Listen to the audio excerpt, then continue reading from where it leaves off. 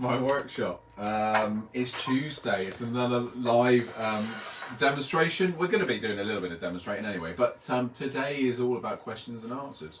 We've got a couple of pages of questions that we're going to answer, and some props set up for you as well. So don't forget this is live, so if you've got anything that you want to ask, just ask us whilst we're going. We've got Steph behind the camera today. She's going to be helping us asking all the questions, so you'll hear a lot from Steph. Finley, Charlie, Vicky are all out working, so they're helping the wheels of industry turn, and Steph is here to help. So let's start. So don't forget, you know what you're doing, guys. Just ask the questions. Steph is going to do two jobs. She's going to ask the pre-asked questions and also your live questions. So let's start with one of the questions that was sent in to begin with. Okay, so we've had a couple of questions from Joe John James Foster. Firstly, he's asking what the grind on your skews should be. On this, 25 degrees-ish. That's a single side, so that's 25 degrees. If you drew a straight line down that tool, and it's that angle there, 25 degrees overall, overall on that single side. That gives you, that's not an overly, what I would call a sharp angle, but that does give you a nice beginner grind really. If you want to go back finer than that, yeah, you'll get a really nice slice, but it can be a little bit twitchy, a little bit aggressive. So yeah, about 25 degrees. Okay, he also asks, is there any great advantage to having interchangeable chucks, such as the SK114? Interchangeable as in jaws, I'm guessing you mean. Well, he said instead of carrying on with the Patriot. The Patriot. So, okay, I think I know what you mean there. So, interchangeable as in changing the jaws. The new chucks they have a safety jaw in them. That safety jaw is number 4. It has a little screw in that stops you from just being able to take it straight out. It's a limiter, I would say. If you don't want to use that feature, all you do is turn the chuck around, unscrew that little screw, and then you can take the jaws out and do what I do, go through all my range of jaws and swap them quite quickly and quite easily. So for me, convenience, absolutely. Don't go and get rid of all your old chucks and start swapping them out. No, that's not needed at all. I just use this system for convenience and for chuck range really. So no, if it's got a lock in it, don't worry about that. That's not a bad issue. Like I say, all our new ones do have locks in them as well, but it's to be able to take that feature away if you wish to use it. That's the important bit. We just had a question about wood blanks. When buying wood blanks, would you let it acclimatise to your workshop conditions first? Well, it depends, because the minute you go indoors, then it's going to have a different climate as well. You know, you're going to have your central heating on, especially in the winter. In this country, in the UK, we've got very damp winters, and then you go into a centrally heated building, and it can be a real shock to it. So it depends on the origin of the bowl blanks. If you've got native timbers to that country, and they're sold as partly seasoned, they're always going to move. Even a kiln dry piece of timber will absorb moisture back in. So no, I wouldn't worry too much about acclimatising timber. Just understand what the percentage of what the condition of it is when you buy it in the first place. I mean, I've got loads of pieces of timber down there in bowl blank form that are ready, and I would just finish and allow and actually be okay with some movement in it. But if it's wet timber, then I rough turn it as you've seen before, and just let it dry and let it move to get that extreme movement out, unless you wanted to use the extreme movement. So no, go ahead. Unless it says partly seasoned. So if you get a regular bowl blank, most of them would be almost dry, unless it's exotics. But if it says partly seasoned, then you might need a rough turn as well. Okay. Ben has asked, what size starter lathe would be ideal for a small workshop? Well, if you're thinking about physical size of the machine, then the benchtop lathes are the way to go. And you've got a couple of options there. You can either go for a craft benchtop machine, or you can go for a trade benchtop machine. So both sizes of machines are available in trade and craft. And that is literally is a physical size of lathe. So if you want to only do smaller projects, so the sort of things that we've been doing in this series of videos, then those lathes would be fine. If you want to go up to bigger things, so bigger bowls, longer spindles, all that sort of thing, then that's when you need to look up to a different size of machine. And, you know, as well as physical size, you've got motor capacity. So even if you've got a small lathe, you want to do big hollow forms, you've got to think about how far you are away from the headstock and the motor power to drive that through the chisel when you start picking. So there's a couple of lathes I put down. Is it the 355 I put down there? I think I've got the AC 355WL and the 350. So those are my two favourites in the craft and the trade range of benchtop machines. Lily's got those numbers. I believe she's going to put the links up for you to have a look at those two. But those are the two that have got the biggest oomph for benchtop machines. I think one's around about the £600 mark, one's around about the £1,000 mark. But those are a good couple of starter lathes. They have the same thread size as this. They got the same tool rest stem as this machine as well. So it's like a big machine in the small compact size. So my two favourites. We've had one from Callum here that says, how do you stop taking shavings into your house via your socks? If you ask my wife, I don't. I've got decking outside, so I've been in this industry now for I don't know, about 35, 36 years. And so I've sort of have a little bit of a regime at the end of the day. Socks stay outside, shoes get taken off outside, and then I've got a wet room right by the back door, so we go straight into the wet room and shower off. And also you've got to learn the wood turning dance, and I'm not going to demonstrate that for you today. Maybe another day. Can you show us how to get wings right using the BGK 400, please? Well, just as well you said that, because I set the grinder up over there, so we're just going to have a look. I'm going to grab one of the chisels that hasn't really had much of a sharpen. Take that one. I'm going to bring my glasses over. Okay, come on over. The lead will only. There we go. Right, let's have a look at this. So what I've got here, slow speed grinder, BGK 400. If you don't know, BGK 400 is the system that Tormek have brought out to use all their jigs on a regular grinder. It'll fit any grinder because it sits independently of the grinder itself. So we've got this one here on a board. And I've got two platforms here. So with the BGK 400, you get one platform. You get one of the Tormek arms. You get the bowl gouge, spindle gouge, and roughing gouge jig. Sorry, no, spindle gouge and bowl gouge jig. You get the TTS 100, which is the Tormek tool setter 100. I'm going to use all this in a minute. You also get the multi-jig. The multi-jig in its two forms. So that's how you get the multi-jig. Okay. In its other form, so this is all in the kit, you get a little cradle for your roughing gouges on all your straight chisels like parting tools and things like that. But that setup is for skews. Okay. So all that's in the BGK 400 plus one of the best sharpening guides that you're ever going to get. So what I've got here, I've got a steel of a bowl gouge. Am I on shot there, Steph? Yeah. All right. So there's the steel of a bowl gouge. It's fairly flat. Okay. Unlike the other side, which is almost, I would say almost a fingernail. A good combination. So this one, what we'll do, let's say that was flat on the top. Most tool companies now give you a certain grind, usually it's something like an Irish grind, which is a good all-rounder.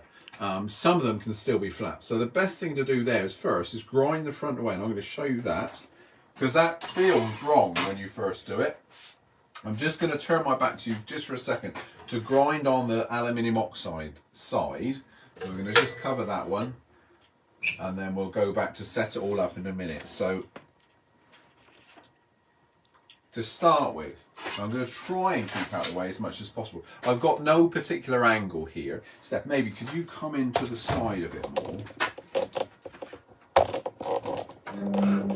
So slow speed grinder, this is running about 1400 revs. So what I'm going to do first is lie that flute on the bar, and I'm just going to run it back and forward.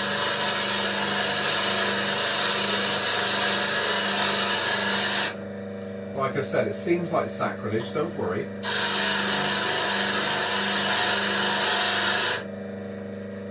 Okay, what that gives you there, it gives you a nice little profile of the flute. So we want to now follow that curve. Okay, and I would do the same thing if I was freehand grinding as well. But we're now going to set this up into the actual tool neck jig. So I'm just going to stop the grinder for the minute. We're going to go to the tool neck jig. Now if you have one of these, you'll have the instructions on exactly how to set it up. But for this instance, and all of my gouges, or most of my gouges back there, are set to the same thing. They're set to a knuckle angle here of position 4, a protrusion through the jig of 65 mil, okay, and a distance, a measured distance from this bar to the actual sharpening wheel. I'll show you how to do that in a minute. Let me just slow that down a minute, just with that ground area.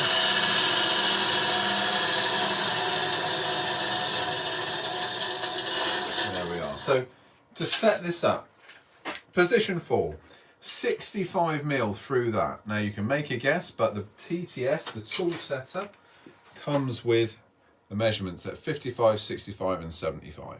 What we're going to do is set that up, so protrusion being just right, lock it in. Now I'm right on that transition point between the flute and the main part of that bar, so I'm making sure that's nice and tight, otherwise it'll come undone. Okay, it can catch people out sometimes. But 65 mil there. Now, next thing, we need to make sure the bar is actually the right distance from the wheel, otherwise the grind won't be right. So hole A, again, this is all part of the instructions if you have your sheet. On here, they give you the same instructions, so bowl gouges and 5 different variations, giving you different angles on the back and different sweeps. So we're going to use hole A, okay, it's giving me hole A here. That's going to go on that bar, and we're going to make sure that both of those metal discs touch that wheel. This is a CBM wheel, by the way, so carbon boron nitrate. It's a really nice material to work with. Very little heat produced and very few sparks as well compared to aluminium oxide. There we are, everything's locked in nice and tight, so we can start the machine back up again. I'm going to try and do this without getting in your way. In fact, if I come over this side of the camera, that I'm not in the way there, and then that can pivot. Now, so what we've got is that jig controlling the grind. So we're going to start one side. Now, the bigger the sweep, the further down you're going to work the angle here. If you only want a small sweep, don't bring the tool around too much. I'm going to work on a nice long sweep, so I'm going to grind that back to the line that I've made, that little template. I'll show you in a moment where we're going with this. Just working to that mark that I've made. Now let's just take it off and show you what's happening. So you can see, so on... If you move it back a bit so it can focus a bit. Alright. On my left hand side we're getting to the shape that we've ground. On the right hand side we've still got that flat bit of metal, that needs to come away. So we're starting to get those wings drawn back. Remember, if you want them to draw back even further, then just spend longer on the wings.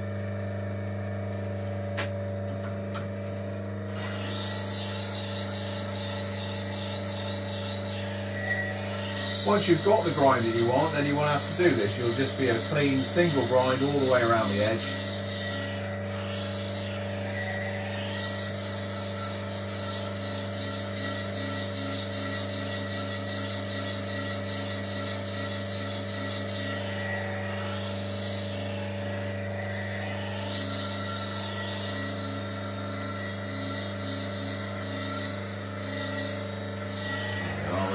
now, so I'm going to stop in a minute. I'm just going to show you where we are. It'll take probably another 5 minutes to get that exactly how I want it. I won't bother honing because this is an 180 grit wheel. The minute I hit the timber with the gouge, any of the burrs, the wiry edges will disappear.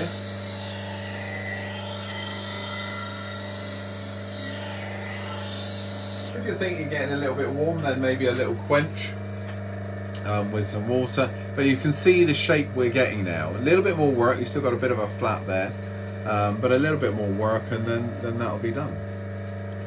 I have to say that if you did venture into the BGK 400 or Tormek or any of its sort of models or kits, the instructions are so good that it leaves you struggling to get it wrong, if I'm honest. But there we are. So I hope that's answered that one. That's the bowl gouge wings, and that will give you all sweeps, all bowl gouge wing types, right up to the Ellsworth grind as well. So that's a fairly new one for Tormek. They've adapted that jig to make that work. All right. Okay. We've had quite a few questions about the ring tool. Okay. One is about how you would sharpen it, Yep. 1/2 inch. Yep. And then another one is to have a demo on how you would use it. Again, what a coincidence. Okay, so sharpening it. We've got one of the Crown ring tools out of stock here. And we're going to play with this one. 2 ends. Now, not everybody realises that you can use both sides. One's a roughing side, one's a fine finishing side. To start with, or you might make the mistake of trying to sharpen the inside of the ring. Don't do that. These are brazed on and there's a pin that comes through the middle, and if you sharpen that too much, the end will fall off. Alright, so we're only sharpening the outside edge. And now I just do it very simply with a diamond file. You've seen me do this before on skews, on bowl gouge, just to make them last a little bit longer. But if we use my diamond file, I've got one here in my back pocket, and I use the fine side. So I'm just going to sharpen, first of all, the fine. Put my glass on so you can't see. And this would be the same way that I sharpen things like the woodcut hollowers. You can put them on the Tormek, and I know there's a very good friend of mine, very good ring tool ambassador, Ulf from Sweden. He has devised a little jig to put them on his sharpening system, Tormek.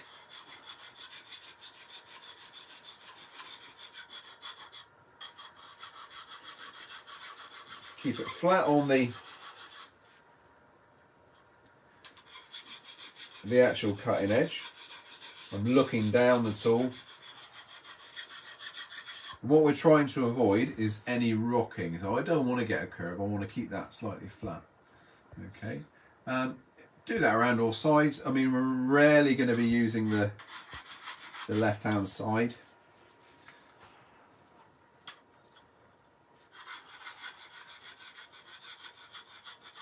Keep the diamond file in your back pocket all the time. You're going to use it so frequently.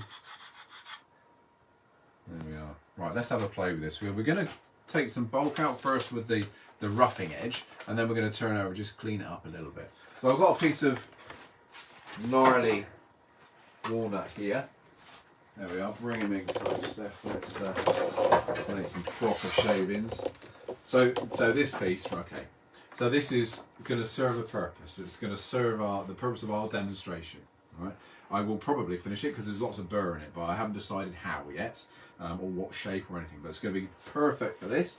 And this is the sort of project that you'd use it. I mean, you can use it on bowls, but you've got to think about bowl turning. It has a very different grain orientation than this. So on a hollow form or pot like this, we've got the grain running up the length of the pot. On a bowl blank, you'll have the grain running down it. So using a ring tool on end grain is not ideal, to be honest. We want to be able to cut into this lovely side grain, and you'll get ribbons just streaming away if you can do that. I'm going to have the tool rest slightly higher because I want to have the handle a little bit raised. Bring that in, and don't worry, this is my new light. the old light really is helping me as well. I've got that behind me so I can view down bowls and things as well. So, you know, that posed loads and loads of questions before. I'm going to bring it over so we can get right in there. Because it's on magnets, it's a really useful bit of kit, as you know. I'll pop that down there. So we've got light from every angle. And you know, when you're doing a hollow form, something like this, it's really important light because you're going to go deep into a hollow form, a piece like this. So you need to have that light. And let's start. So what speed am I on? So, nice and slow. So double check that. I've already sized the jaws for maximum grip, and we're on a set of C jaws there. I don't plan on taking a big cut. Callum's asked, is the ring tool better than carbide to hollowing? Right, very different, Callum. I'll show you both. I'll show you both. So what we're doing, let's grab one of my hollowing tools.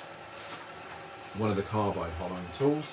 So let me get a few actually, because we've had another question.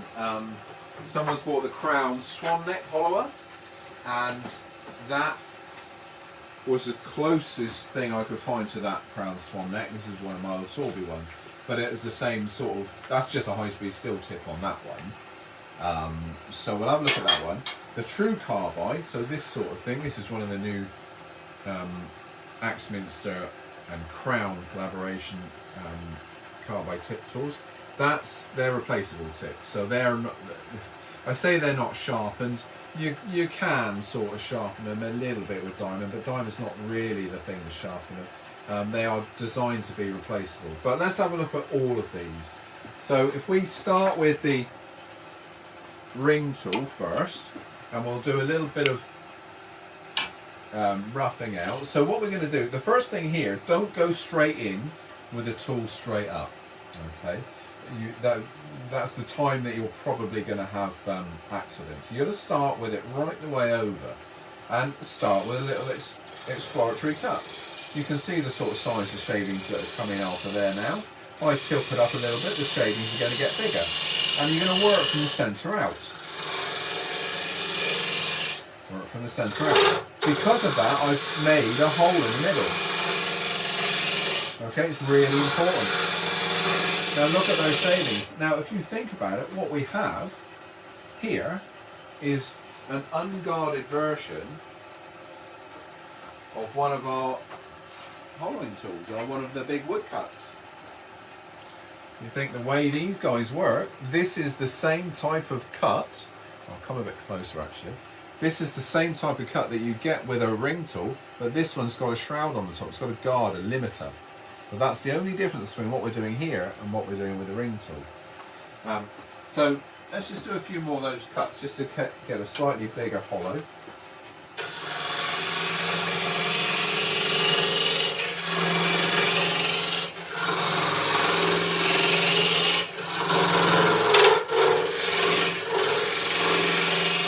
If you're going to have a play with one of these, get yourself a nice piece of sycamore, a nice piece of something wet to play with. It doesn't like dry timber as much.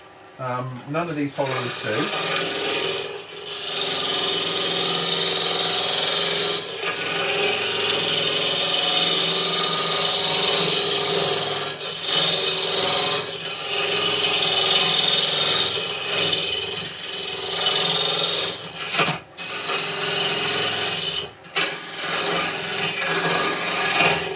This is roughing out. When you've done all the roughing out that you want to do, then we can start thinking about the cleaning up. So we go to the smaller side.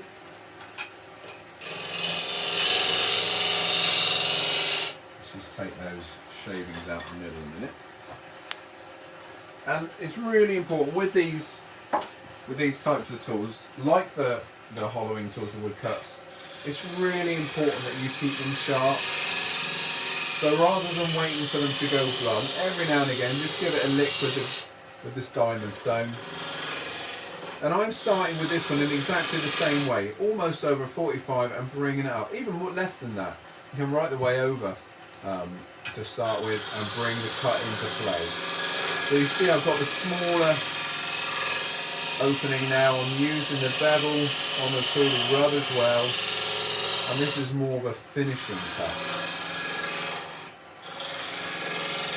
But like I said, tool rest slightly elevated, slightly higher than you would a conventional chisel. Carbide tools or high-speed steel tip tools, this is one of those. I'm going to keep the tool rest the same height. Again, I don't want it. I don't want the handle low. I want the handle up quite high. So we're just going to cut from the centre again. Bring them back, side grain.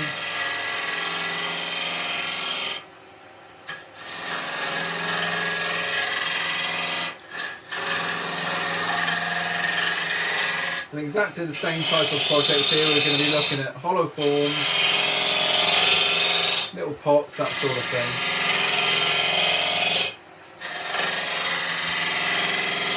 Cutting from the centre out.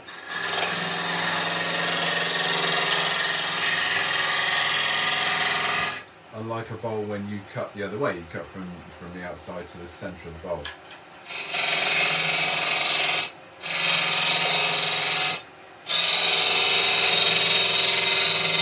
And then lastly onto the true carbide. 45, introduce the cutter, increase the cut by bringing that cutter head up.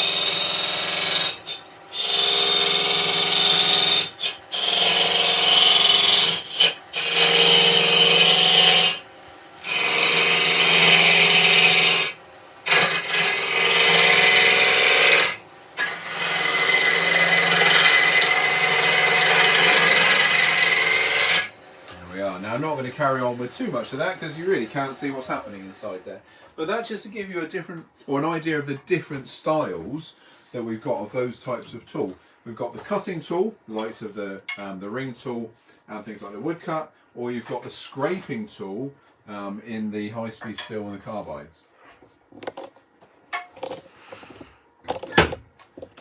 We've just had a question from John saying, I'm going to buy some equipment this week, the AC355, but he's lost with which chuck, the 100 or the 114? You're in the middle, really. So let's show. Well, we'll talk about the pros and cons. Let's have a look at them. I've got both of them here. I'll turn the lights off. Get rid of that. And he's asking if the reverse locking option on the 114 is something that he would need. I would, if it was me, I would go for the reverse locking all the time. So Steph, can you have a look here? So this one, the way of reversing, I prefer this method down here. You see where you've got the grub string. Now this isn't locked on because I'm taking them on and off quickly. I prefer this method, locking onto the outer register than pinching up on the inside. It's my preference. I'll always go for that if I want to lock it on. I'll be honest with you, I very rarely, in fact I'm talking years now since I've locked a chuck on, because I'm not turning in reverse. I just don't need it, and because I'm constantly changing chucks all the time, so I don't do it that much. But if I was going to, that's the type I would go for. In terms of which chuck would you use for the 355, you're in that nice position of being able to use both, you know, have both options. So the two chucks we're talking about is this one here. Sorry, this is an old version because it's black here. Steph will kill me for using one of these. Steph's the photographer, by the way, and anything old I'm not allowed to use. But this is my workshop, so I've got old stuff. This is the 100. This is the 114. The biggie for me, in terms of what my favourite is absolutely the 114. I'll show you why. If you think about how these are made and the chuck keys we use. So firstly, my 114 is bigger, okay, so I can get bigger jaws in. I can feel more confidence with the grip that I'm getting with that one. And the reason behind that is, and if I show you the key, this will explain it even more. There's my key, there's my chuck key. for the 114, and there's my chuck key for the 100. So what we have on the 100 is obviously that much smaller, so the back of the scroll is exposed. Because it's exposed, the pinion is now part of the chuck key. Okay, it's just like a regular drill chuck really. So that will fit in there, and you do all your tightening up from there. Okay. In terms of the 114, the pinion is actually locked inside the chuck, so it's held in position, firm against that that scroll, and your chuck key is square. And you see me bashing these chucks around all the time, so it's far stronger for that reason, far more purchase, bigger jaws, bigger lumps on it. So that's why I prefer that type of chuck. Saying that, that would be overkill for some of the smaller lathes, the craft lathes, that sort of stuff. So yeah, I've got both in here, but you'll see me use the 114 all of the time over that one. So there's you have to make your decision now after hearing that as to what you're going to buy. That by definitely will have a lot more jaws available for it. Does the lathe allow you to use all the jaws? Probably not. That chuck will allow you to do everything the lathe will. If you want to grow with your turning and maybe later on get a big lathe, bigger workshop, you know, all those things that we aspire to, then the chuck would need to be a 114. Okay. Colwin, Wayne has asked, how do you go about sanding the bottom of a deep box? Oh, a deep box. I guess the inside. That's the inside, yeah. Very rarely have I ever made a deep box. The things that I'm making most of the time, if we're talking deep, then we're going to that sort of stuff. Can be even deeper. Something like that. And I'm not going to put my hand in there, even if it was just big enough to get my wrist in. The likelihood of me breaking a wrist or something is quite high. So that will be finished off on the inside with a tear scraper. So something like that. Okay, a teardrop scraper, because that, can they see that all right? Mm-hmm. So a teardrop scraper, very finely. I might sand the very top edge. This is no problem because it's a very open form. I can get a hand in there quite easily. Might sand the top edge, but then a very good turning friend of mine, a well-known turner out there, has always advised me, then paint the inside black because it adds a little bit of mystery and it covers up the non-sanded internal surface. But you want to get as good a finish off the tool as possible with a shear scrape from a teardrop scraper. You'll find that will help. Boxes though, where you're going to be seeing the inside all the time, then there are things out there on the market which physically hold your abrasive. I think Simon Hope's website, you might find something on there that you can, a Velcro pad that you can actually stick the Velcro abrasive to and get inside. I've certainly seen them on American sites. So there are things out there available. Okay, I mean to a certain extent you can get your bowl sanders inside, but they're only shortish handles. So you know, and the pads are quite big. Make yourself something as well. An old squash ball glued to the end of a bit of dowel, and then wrap that with hook and loop. That works. I've done that before. But yeah, all those sorts of things really. Okay. Les has asked, does the speed sizer work exactly the same with record chuck jaws, or would he have to compensate? Unfortunately, the speed sizer is an Axminster product, so it's only calibrated for our Axminster jaws. And it's like car manufacturers, you know, each jaw manufacturer they don't look at everybody else. They think we make a C jaw, it's made to fit a specific size for us, which we think is better than everybody else, and everybody else thinks in the same way as well. So no, unfortunately, no, there's no size common to wood turners. They all make their own.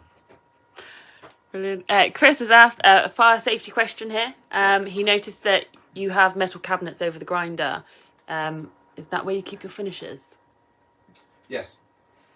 Yeah. I'll show you. So a mixture of bits and bobs, but most of the finishes, well, all the finishes are in there. just keep them out of harm's way, keep all the dust and the muck away, keep issues out of the way. The grinder's not normally there. As you know, my grinder's normally on the bench beside my lathe, so I can get to it quickly. But the top of that is metal. I'm not making massive amount of sparks either. I have got an aluminium oxide wheel there, but there's nothing that's going to cause me problems.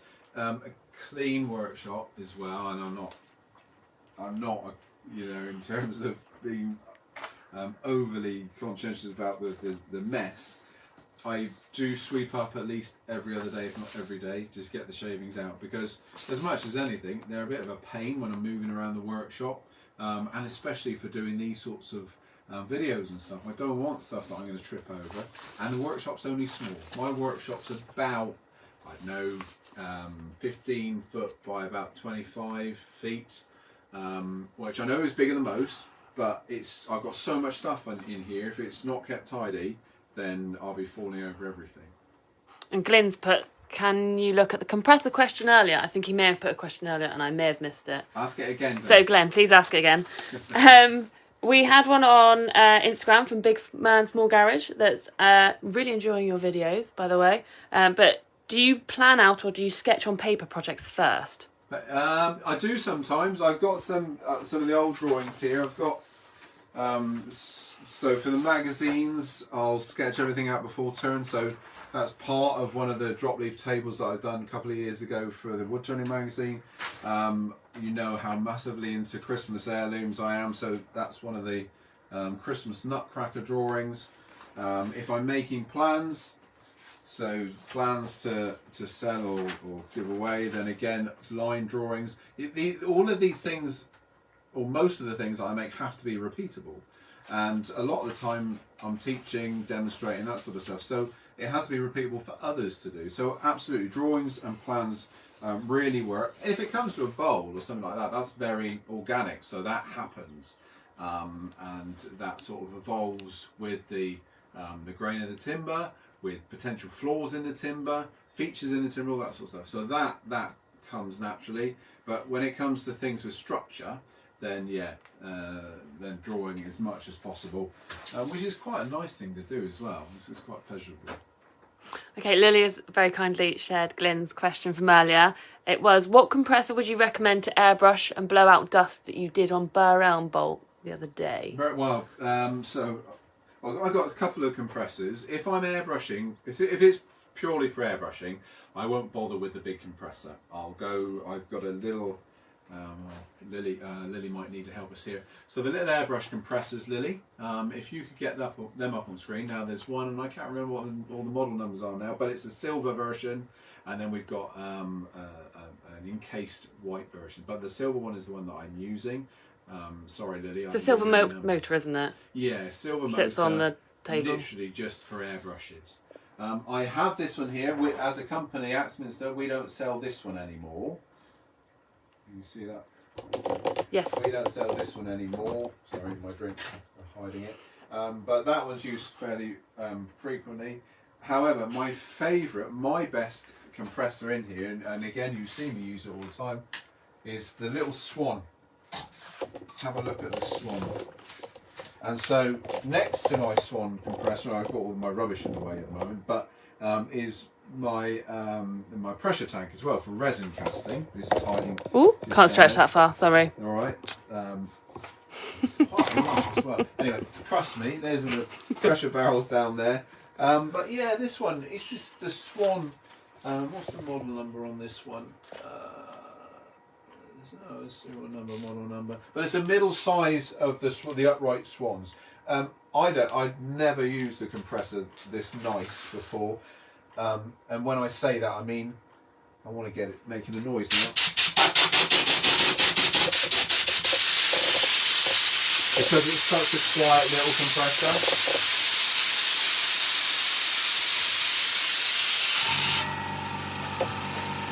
I think normal compressors are like, you have to shout over the top of them. But with my lathe brain dust extractor, I don't even know the thing's going. And it does everything. I can connect my airbrush up to it if I want to. To do that, what I have to do is add one of these. So a little regulator. This is an airbrush regulator, and that will just connect into the main big compressor there. Turn that one off a minute. And that just enables me to then run off my airbrushes from that. It's nice and controllable, you know. And on that one, I just put a little splitter, so I've got a 3-way splitter there, so I can have several lines if I want to. But to be honest, I only ever use one, because on that one I've got the quick fit, little quick fit end on with quick fits on all the airbrushes.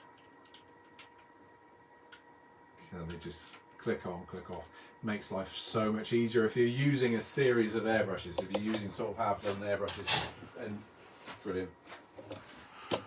Okay, Callum said that obviously Axminster aren't selling pressure tanks yet. Can you suggest another make?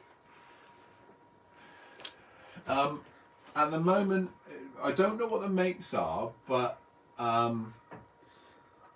what's it called? Metal Clay.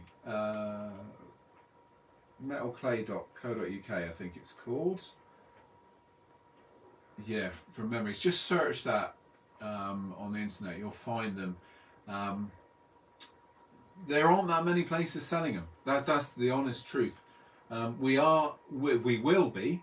We're not at the moment. But yeah, metalclay.com. Oh, what's it called? I can't remember.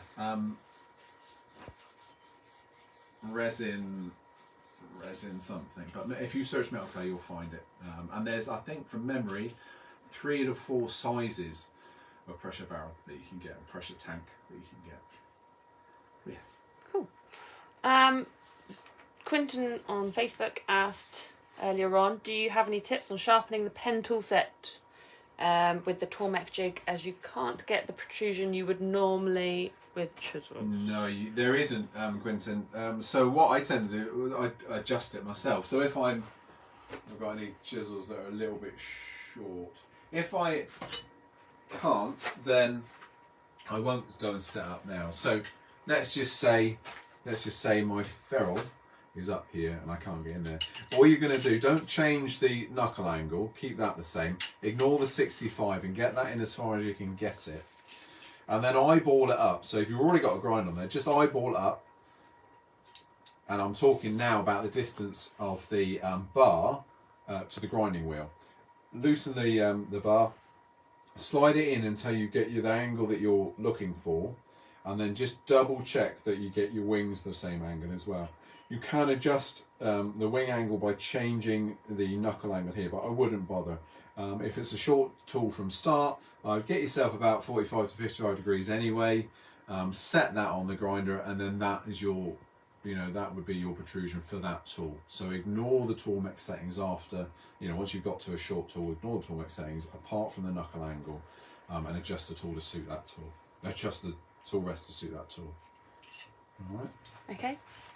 We've had a question about scrapers, saying that you don't tend to use them to refine the inside of a bowl or flatten the bottom of something like a platter.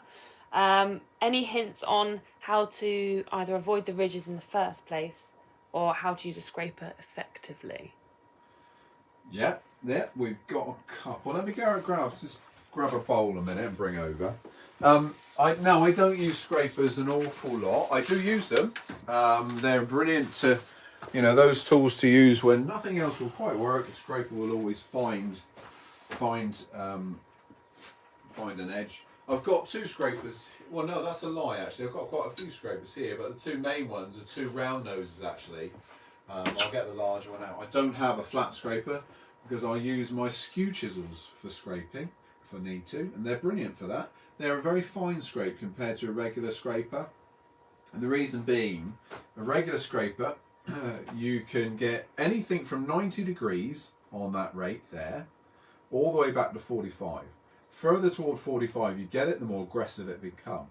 If you want to calm it down a little bit, go past 45 and produce almost like a skew grind, but you can also grind this top surface as well. So I would, with a diamond file or even a Tormek carefully, just sharpen that top edge that way. It's quite a difficult and tricky thing to do. Look at Jason Breach box refining tools and look at the way they're ground on the top. And you go to our website, put Jason Breach, and you'll find them there. But you'll see what we mean about that secondary bevel on the top. You'll get a very, very fine finish. Now, in terms of sharpening, going across the bottom of a bowl, so this is a plate, and that's a nice flat bottom there, but that was mainly done with the bowl gouge and then just the skew on its side, just a tickle. In terms of the ridges, that unfortunately that is a practice thing. It will come, but just keep practicing it. And for the minute, you know, if it's not coming perfectly for you, do what you're doing. Just gently scrape. What I would say though, if you're finishing off the scraper, before you do your very final finishing cut, just give it a fresh sharpen, and then a very fine, just a delicate little scrape across the bottom. Because if you press hard with the scraper, they tear quite aggressively, and you'll be sanding and sanding forever, or you'll be left with those fine tears visible, which you obviously don't want, you